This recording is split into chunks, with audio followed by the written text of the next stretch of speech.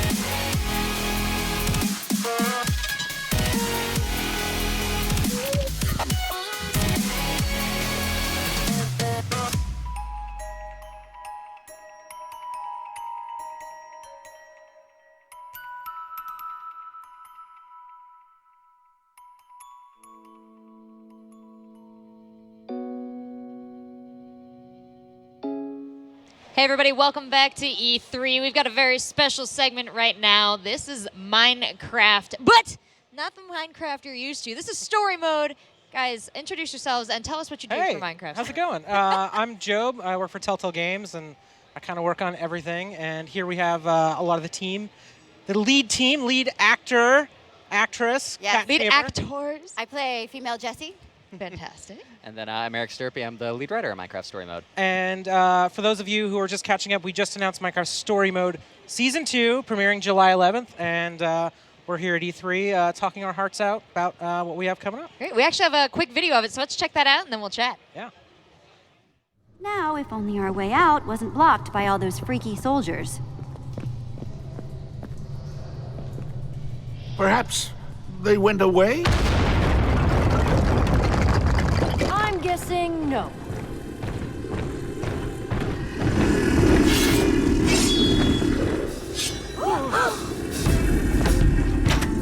There are so many of them. Stay behind me, Nerm.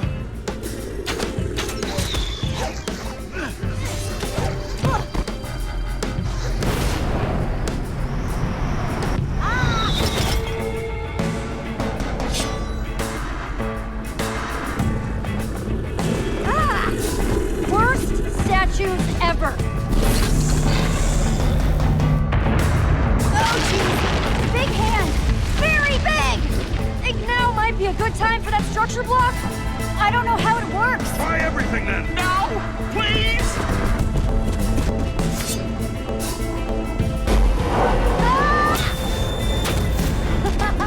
Oh, man. Ooh.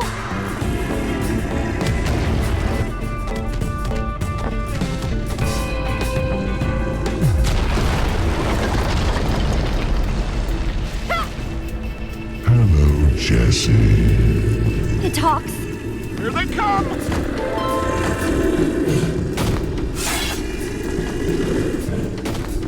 Come on. I'll show you what we did to our enemies in Purgaga. Still behind me, Nerm? Get ready, you guys! Think you're all cool because of how tall you are, huh? Proud of how tall you are?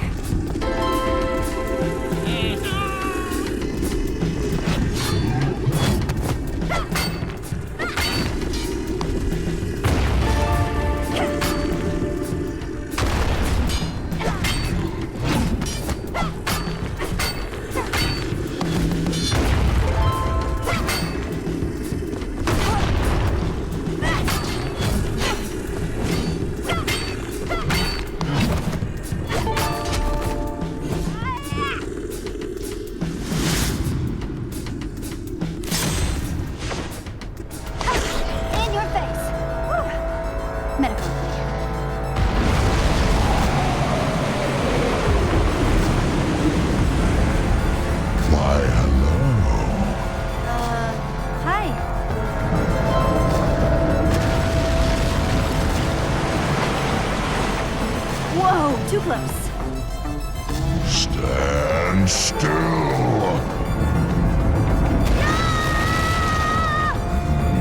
My sword! I can almost reach it! It's so close! Don't worry! I've got it! Mostly.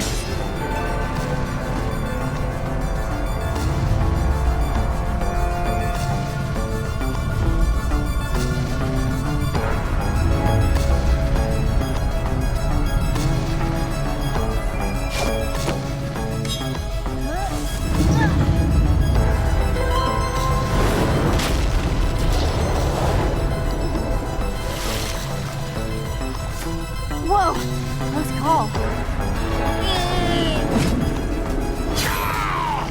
Jack! I'm okay. Mostly.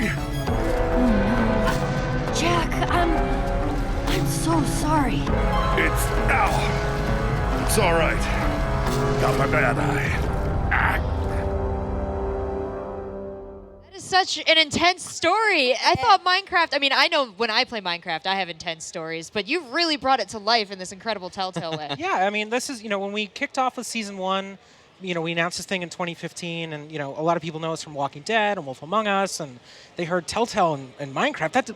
How does that make any sense? Like, there's no story, and the thing is like, the Minecraft community, everyone that plays Minecraft, the story is really what you make of it. Mm-hmm. And, we're big fans of Minecraft. Everyone at Telltale plays it. Everyone at Mojang, they were big fans, and we just got together, we started talking, and we kicked this thing off in 2015, and it's since become effectively one of our biggest series. It's for a generally more family-friendly and, yes, younger audience than I think the people that play, like, our mature titles, like Batman and Tales from the Borderlands, but it's awesome to kind of, like, be welcoming this younger generation into the Telltale experience, and awesome to have great writers working on it. Well, I'm sorry. But yeah, the thing I was going to say is the thing that's been great is now we're on the 9th episode in, and so like we have these characters, and people have gotten really on board with them, and of course we've got the lovely Miss Tabor here playing Jesse, and the thing that's been awesome has been now that we have characters that everyone's kind of on board with, we can take them in whatever direction we want to, and so like episodes like 6 through 8, and last season we were going to throw these crazy portals. This season we're going on this really kind of bonkers adventure as we go up against a new villain. And what's really cool is the villain this season.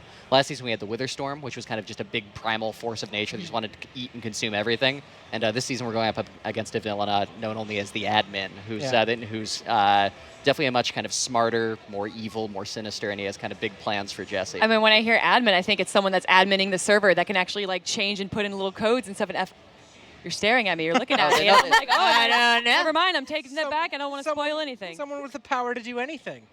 I don't know. I guess we'll have to find out. So you said episodically. What was the decision to go with having it be episodes instead of just one big story game?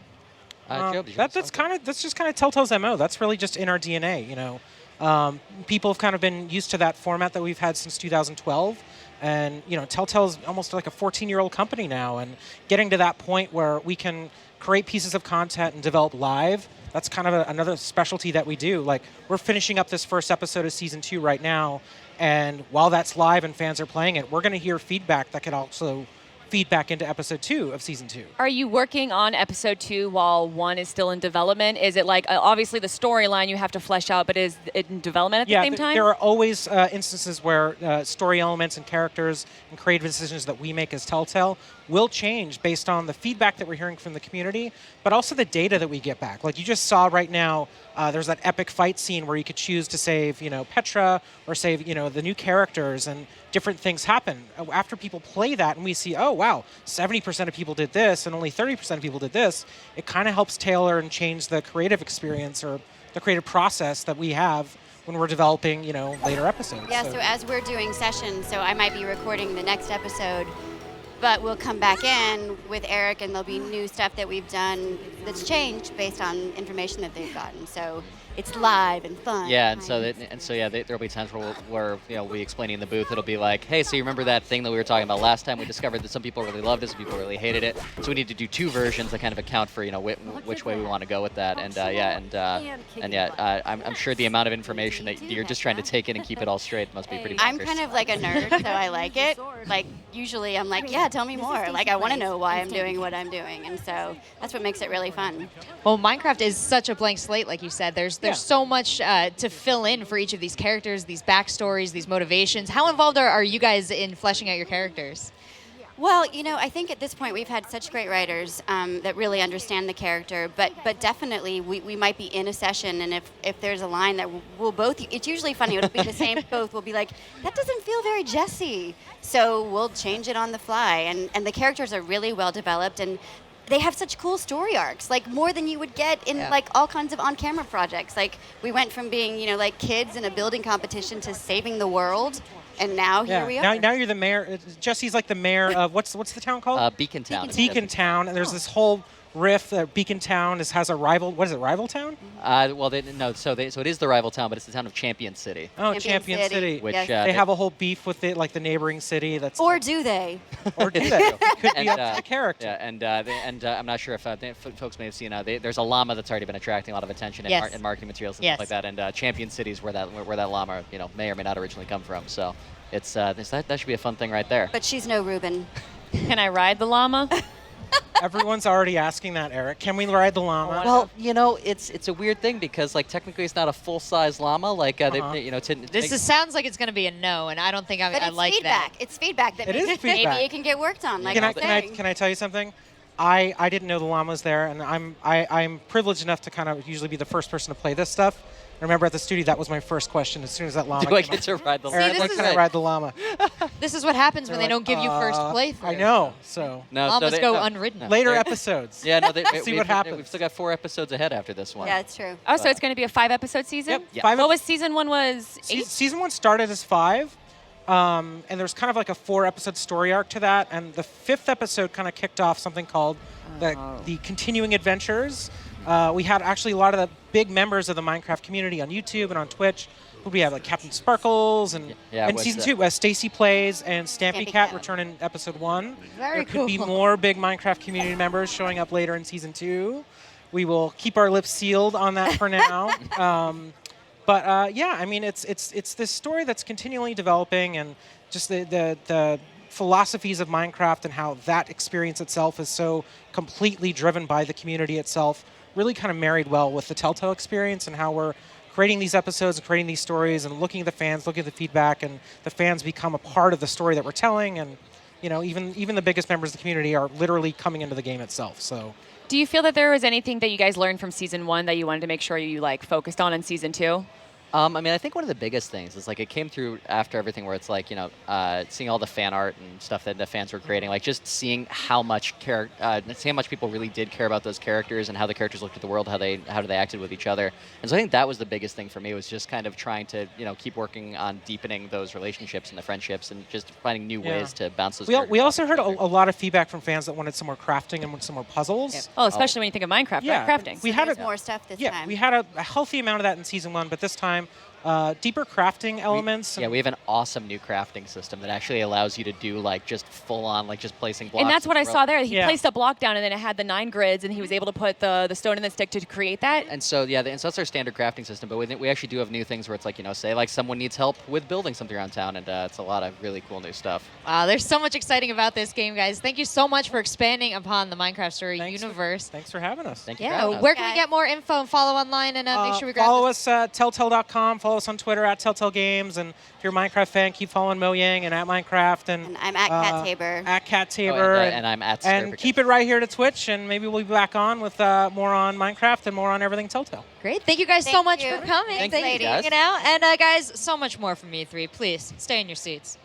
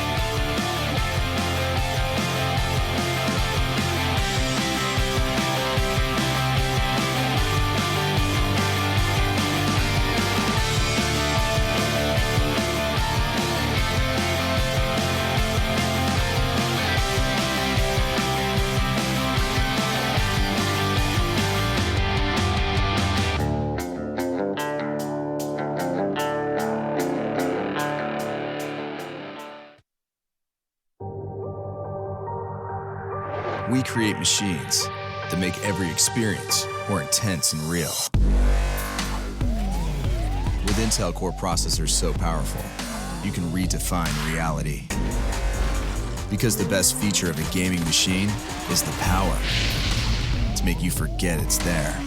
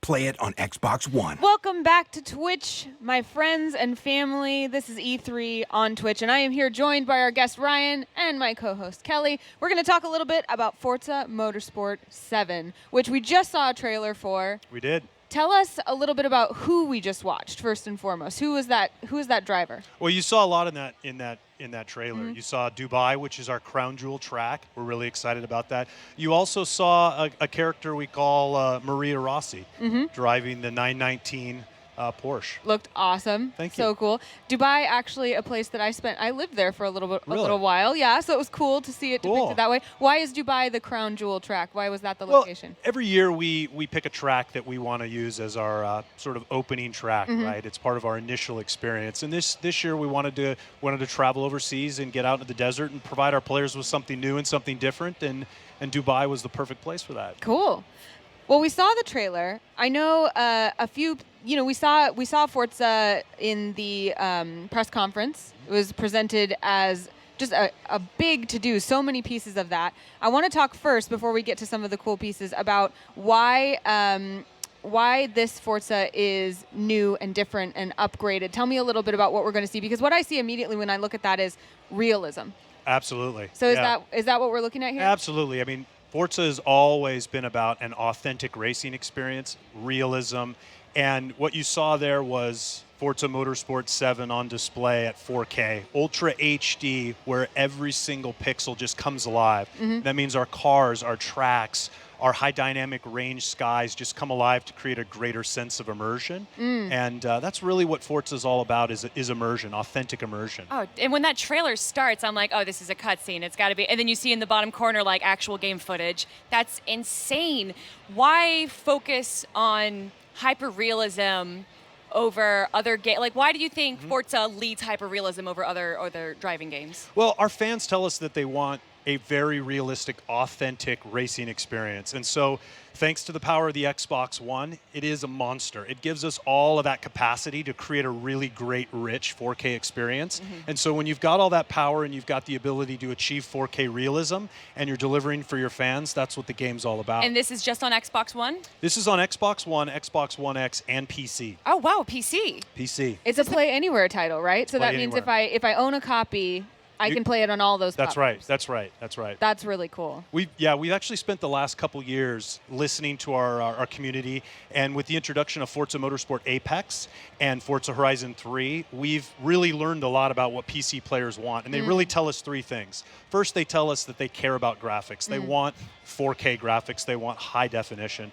The second thing they tell us is that they want a variety of hardware configurations to play on. And so this game will support ultra high-end PCs. Cool. It'll also support Very optimized. Very optimized. Absolutely. I mean, we are all about optimization and 60 frames a second, 4K. And we'll play on lower end PCs as well and everything in between. Nice. And then the third thing they tell us is that they want peripherals. They want wheels. I was going to ask. They want wheels. They want controllers, and so we're going to support every fan-requested wheel on the market. Really? I mean, that's a bold claim. Every single one. Every single one. In fact, we were just in the studio last week testing peripherals, and we had people playing on Dance Dance Revolution pads. Oh, that's gonna great. say. I just play. Oh, man. Sorry. I would definitely play Dance Dance Revolution like Forza. That sounds great. You should try it, and Guitar Hero guitars as well.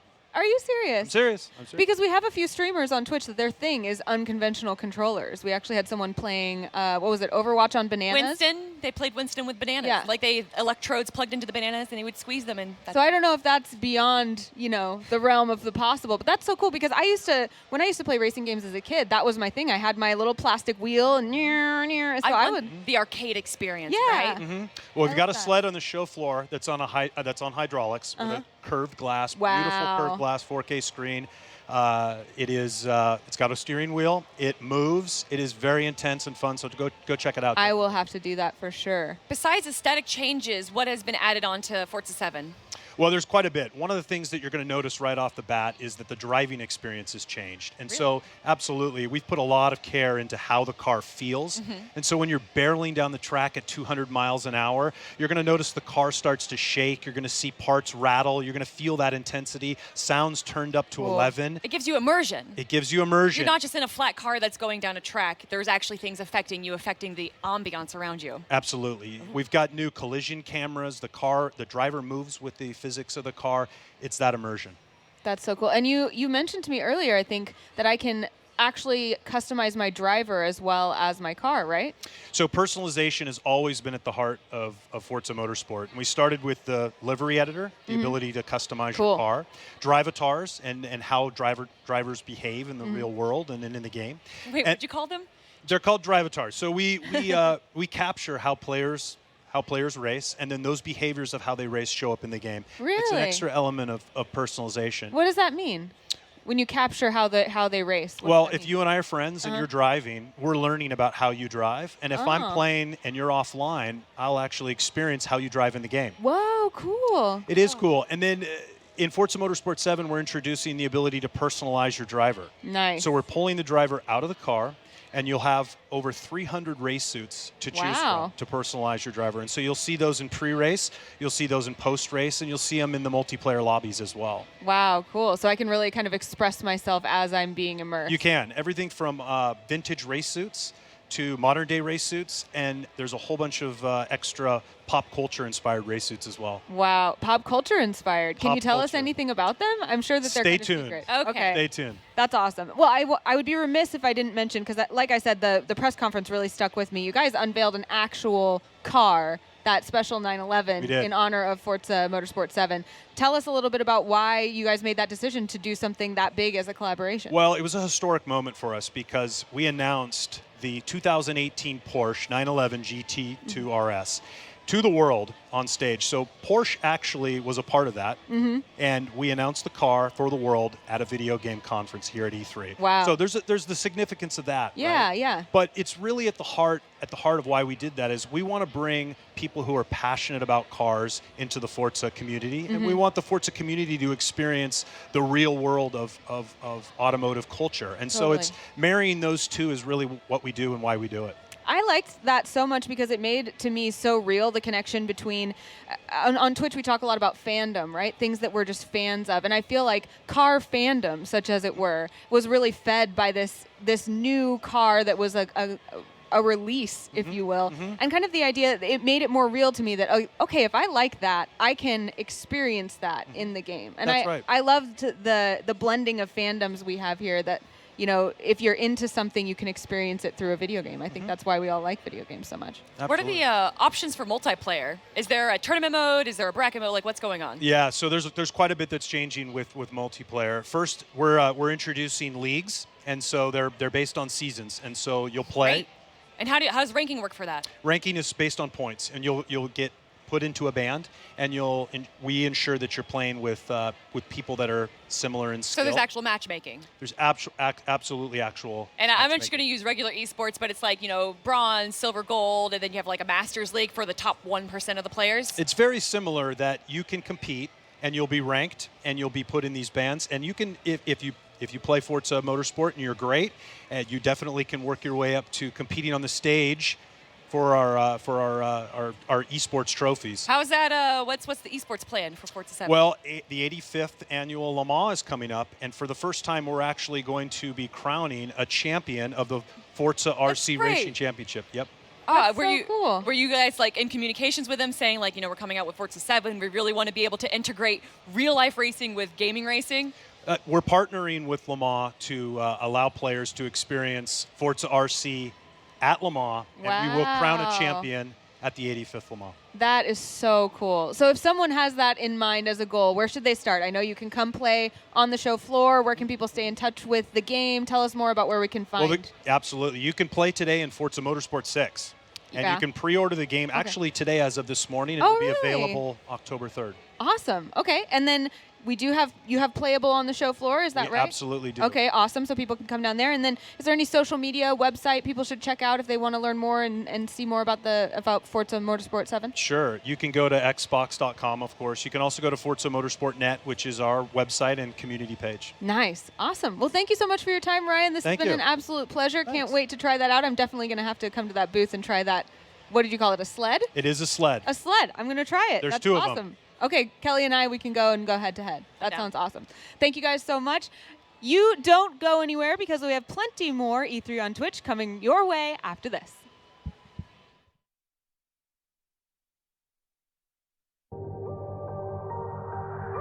We create machines that make every experience more intense and real.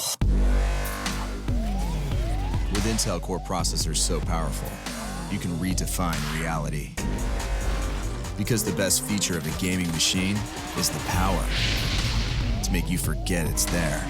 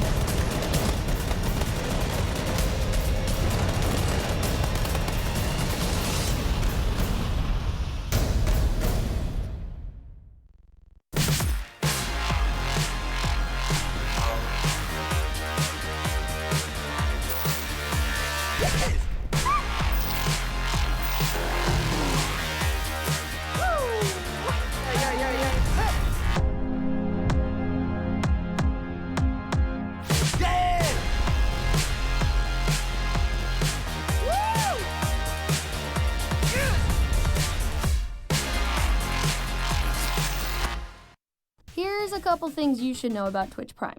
Exclusive content like skins, characters, and boosts from games you love, plus free games. Exclusive members-only prices on new release box games. Instantly stream thousands of movies and TV shows. On-demand, ad-free streaming of over 1 million songs plus playlists and stations. Free 2-day shipping on millions of items on Amazon. Free Twitch channel subscription every 30 days with ad-free viewing. Start your free trial today. Used to think I was someone special till you knew my name. Open the doors to invade my castle. Don't you feel it strange? I'm going out on a limb where the clouds start to thin. Where in my heart, like a stupid grin. Out on a limb, out on a limb, out on a limb, out on a limb, out on a limb.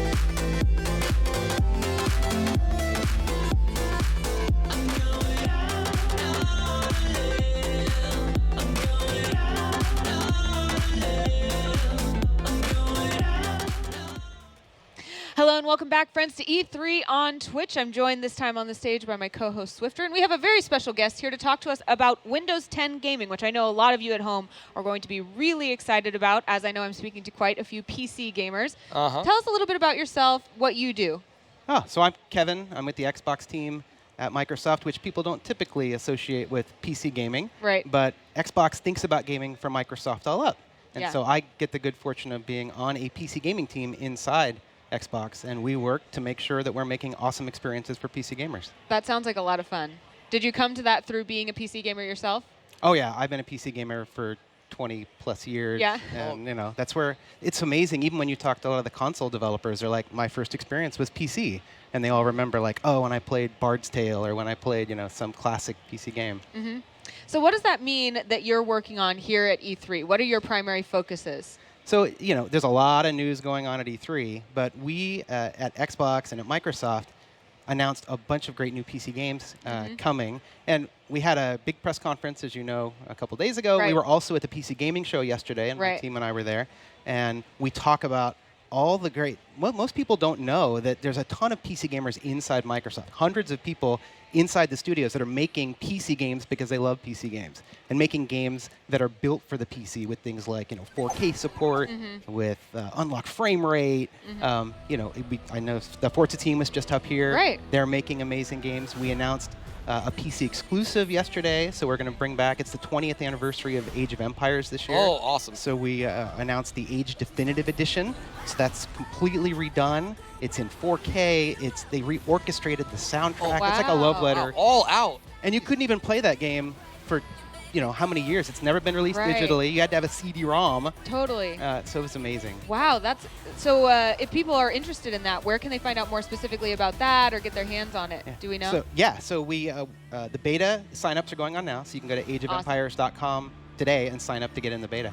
Awesome. Very cool. I'll be jumping on that. I mean, that's so many memories, and to have that completely redone and the music reorchestrated, Yeah. I'm going to check that And out. it looks great. There's a trailer you can even see, just seeing it side by side. And one of the really cool things Shannon Loftus, who runs that team, has always said is like, when you look back at a 20-year-old game, you remember it better than it really Yes, was. that's so true. But the team's goal is to say, how do we build the game that you remember? Wow. And so now we've got the tech to do that. And they're How really, did they go about accomplishing that? it's just being very deliberate and putting that PC gamer kind of hat on and going, okay, we love this game. How do we find the right partner? How do we go build with the right engineers? Looking at mouse and keyboard commands and looking at modern RTSs, but still keeping the flavor of what people love about Age. Right. Are there any other PC exclusives that we should know about? Well, I would say we're celebrating the Age of Empires anniversary this year. Yeah. I think it's the start of some more Right. you're going to hear from us. And in fact, most of the games that we announced at our big E3 press conference actually are coming to PC as well. Yeah, I was going to say, even if there are no exclusives, there were so many games that we were looking at and seeing as, oh, this is an Xbox game. Oh, but wait, it says Windows 10, so I Right. can play on my PC. So what were some of the most highlight games that you think we should see from what's been announced for our PC? I think the ones that I'm most excited about, and I think really showcase our attention to PC. Sea of Thieves coming Yes, from that, Rare. that We're was so awesome. excited Played that a about little bit yesterday. So good. Just being on a team, pirates versus pirates, trying to like figure out riddles. It was just like a blast. I like that. After half an hour, like, all right, you got to go. I'm like, Yeah, kick me it's off, going to like, be I'll just- blast, and it's this open world adventure. So what's cool is because it's on both Xbox One and PC, right. you can play with people. It doesn't matter what platform you're on. You can Really? all go on So adventures great. together. And there's a whole team at Rare that's whole job is to make the PC version an awesome PC version. So it's not like they're Really? making the Xbox version and then the console version and then bringing it over. Right. They're literally building it at the same time, but you got a bunch of PC folks with walls of PCs, and Ted Timmons he leads the team there. He's awesome. So am I understanding correctly that this is cross-platform play? Like I could play with Swifter while he's on his PC and I'm on my Absolutely Xbox? right. That's Yeah, amazing. that's so great. Just brings Yeah. down the barriers, and we can both be on the same pirate ship, looting other people, and it's gonna be great. Yeah, and that's one of the important parts about what's really great about Microsoft kind of having both these platforms is that where it makes sense, we can give developers the tools to connect the platforms. If you want Right. to, as a developer, if you want multiplayer across platforms, great. If you want to do it just on console or just on PC, go. Like, it's up to Yeah. them. Lets them have the vision for what they want for the game. Wow. Yeah, Sea of Thieves had me really excited. I'm jealous that you got to play it because I haven't yeah. gotten to leave Oh, the yeah. stage yet. It's on the showroom floor today, though, Yeah. right? Yeah. We should find Okay. time. I'm going It's to have to playable. head over there. Any other games that we should pay a particular note to? Well, I mean, we announced I think almost know there's 20 like games, but there's so Forza Motorsport 7, who you just talked about. Like, they've done such an amazing job of making Forza a really premier racing experience with super high fidelity. In fact, they've got great gaming rigs on the floor. You probably talked about that. Running Windows 10, running Forza Motorsport 7, and it with HDR. I mean, it looks amazing. So what's great about that is, what's awesome about the PC, the more hardware you throw at something, the better it gets. Yeah, absolutely, yeah. And so, the Forza team has spent all this time making sure that not only does it run, if you've got this killer rig, we'll take full advantage of it, but they've also tried to even bring back the system requirements a little bit from having shipped Forza Apex and Forza Horizon 3 to make it run well on even more PCs. Right. I can hear the PC Master Race, in chat Yeah. right now. I know it's happening. Yes. But I was going to try out, Tacoma. That was absolutely Oh my gosh, beautiful. Tacoma Absolutely looks great. beautiful. Yeah. Just kind of going through a space station, replaying kind of the scenes. I and there's know. it's so good and so Yeah. immersive. I didn't want to get out of my seat when I was trying I it know. out. It was just really... The Tacoma looks awesome. Ori, the new Ori Oh, sequel yes. Oh, is what also a coming. beautiful game. We all had goosebumps watching that. I Just know. the art. And I think Yeah. being rendered in the modern day graphics that we're talking Yeah. about here is going to take that game that was already here and just put it through the Yeah, roof art-wise. It was great. Original's It's a masterpiece, and to see it kind of It's amazing yeah. their ability to pull emotions out of you, just even with the trailer. You care about those characters, even though you don't know really I know. anyone. Yeah. Why is the owl so sad? I know. The feather. I know. Yeah. Well, tell us a little bit about Windows 10 as you mentioned, what did you say, the best gaming Windows there ever has been? Yeah. I like that even better, I think. Yeah, we set out to make Windows 10, we call it the best Windows ever for gaming. Because, Right, that's better said than what I and we say that, though, because Windows has always been great for gaming. It's the biggest platform. It's where all the innovations have been happening first. Whether it's graphics, whether it's VR, all these things just happen first on PC. And so when we set out to build Windows 10, we said, how do we harness that and start building in features specifically for gamers? So, you've got the ability you can record your gameplay, any game you happen to have with the game bar built in. We're trying to bring, like you guys, we're trying to bring in more people into broadcasting. So you got built-in broadcasting now. We built a new feature called Game Mode that makes the games that you have on Windows 10, games that are 5 years old or they don't know anything about Windows 10, Right. run smoother, be more reliable, have more consistent frame rates. So it's about, again, having people inside Microsoft and Xbox that love PC gaming and are looking for ways to make that PC gaming experience even better. How technologically do you go about making these games run better on Windows 10? I mean, obviously we don't have time to get into the deep technical specs, but the kind of overview, what is it about Windows 10 that makes gaming work better? Well, there's a there's a couple of things. One is making the first order of business was compatibility, making sure that unlike older versions of Windows, we didn't want people to be afraid to upgrade. So we had to make sure it worked with everything. You got some 15-year-old DOS game, we want to make sure that runs. Then it was about how do we improve those games in some meaningful way. So people were using all kinds of utilities to do screen captures or capture recording of videos, and we're like, let's just build that in, because then game developers can know about it and test it, and just know it works. And this idea of game mode, which we really just started to do with the creators update, is all about, can we give games, if a user wants to, if a gamer wants to, a little more priority in the system so they can make sure that the frames don't drop, et cetera. So this is the beginning of what we're doing, and we're seeing some encouraging results. But the team just sits, a bunch of smart engineers sit around and go, we're gamers, what do we want our Windows to do for us to make gaming better? I think that's great. If I can play a game on PC, like I play it on PC to take advantage of all those features, and I love that you guys can help squeeze that out, with all these features. So yeah, and especially on mid-range systems where you're playing League of Legends, you're playing something that's not a a $4,000 super high-end PC. It's important to be able to eke out every last frame, every last bit of performance you can get. Yeah, I'm used to going to Task Manager, finding all those processes. Like, what can I kill here to max out my memory and performance here? And the goal is we want to make it as simple as Windows. You just say, hey, Windows, this is a game. I'm playing a game now. Keep everything else shut off. If you've ever done, imagine the simple ways, like when you're doing PowerPoint, right? If you ever present, I'm an office guy, right? Unfortunately. But you tell it like, hey, I'm presenting now, so don't bother me. Right. We should have the same kind of simplicity for gaming. I'm playing a game, leave everything else, and make the game run awesome. You guys care. I like this. That's the point. Yeah, that's awesome. Yeah. Especially as a streamer, I think that's very important. Yeah, absolutely. Every bit of performance and kind of dedication to that matters. Yeah.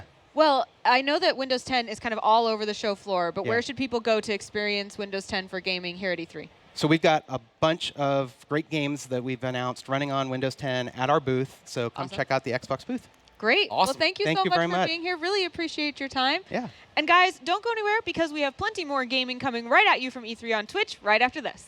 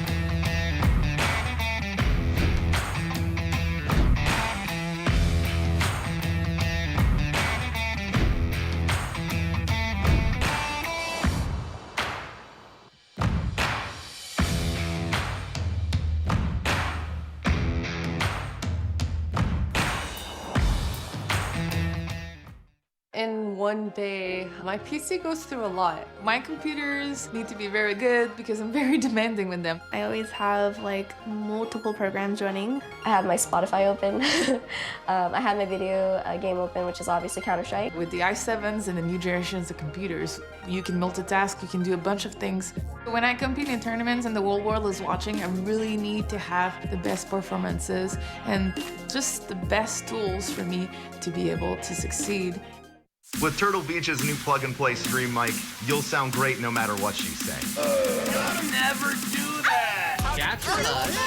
I'm a hot little potato. What are you doing? He's jumped. Oh, no, he's jumped. With Turtle Beach's stream mic, it's never been easier to sound like a streaming pro. Turtle Beach. Hear everything, say anything, defeat everyone. Plug and play with Xbox One, PS4, PC, or Mac.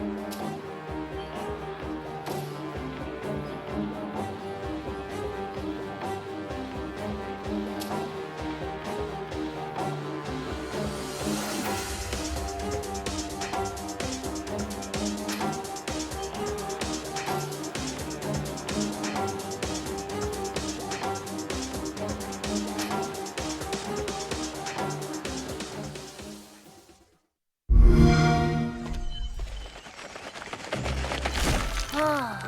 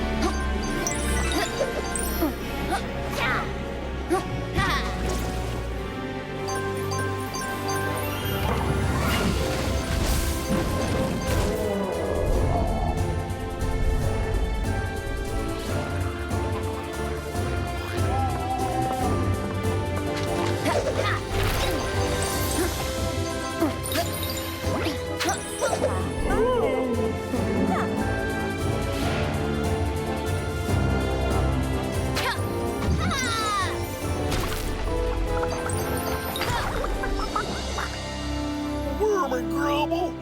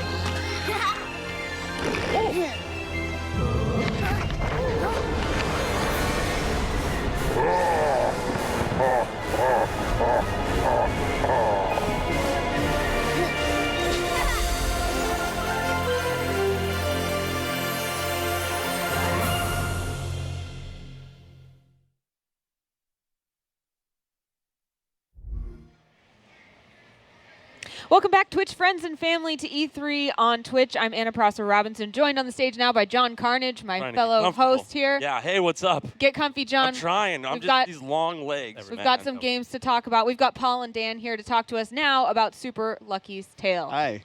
Now, give us kind of we can make a lot of assumptions from the trailer we just saw about what kind of game this is, but can you give us the overview? What is Super Lucky's Tale?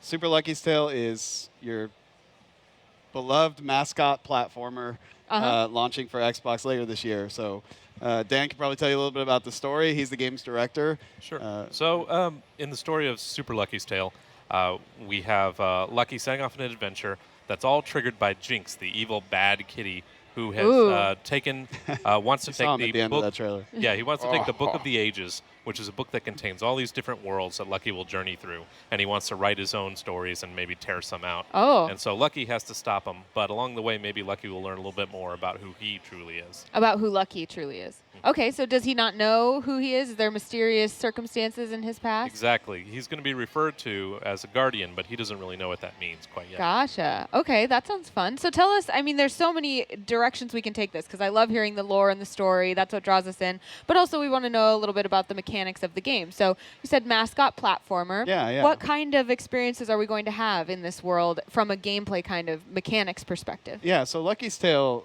it fits in that place between kind of a little bit more of an adventure game. So there's definitely puzzles that require a little more thinking and a little more puzzle solving.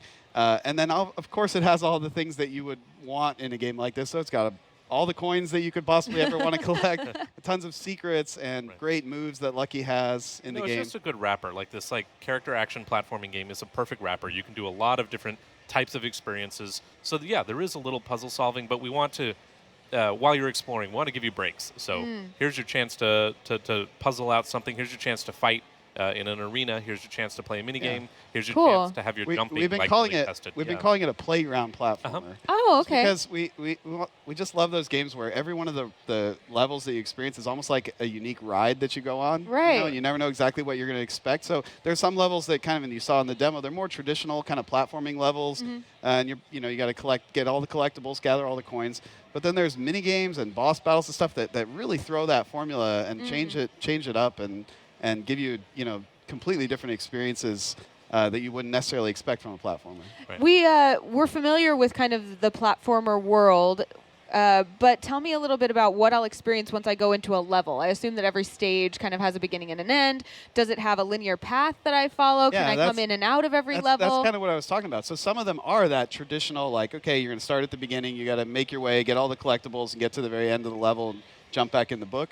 But some of the levels are quite different. They're puzzle, kind of more what you'd expect in an adventure game, very story-heavy, character-centric, where it's about meeting the characters and seeing what their problems are and helping them go on these little quests. And Right. The cadence that you're going to play as you play through the game, it does vary quite a bit. And so sometimes you'll feel like you want to make that beeline just through the store or through the level, and then sometimes you are hanging out. There's more secrets there to find, and the level is architected such that some have a whole bunch of things hidden in the nooks, and then some are actually even down squashed to a 2D plane where you're running and testing your jumping abilities. Cool. Okay, so what would you say is the most unique gameplay mechanic that we'll see in Super Lucky's Tale? One of our the favorite thing that we have right now for Lucky is Burrow, and so we did a lot of prototyping to figure out this mechanic. But right now, what it does is basically Lucky can dive into the soil anywhere, pretty much, and dig up all these coins and secrets and find lots of stuff, trigger things,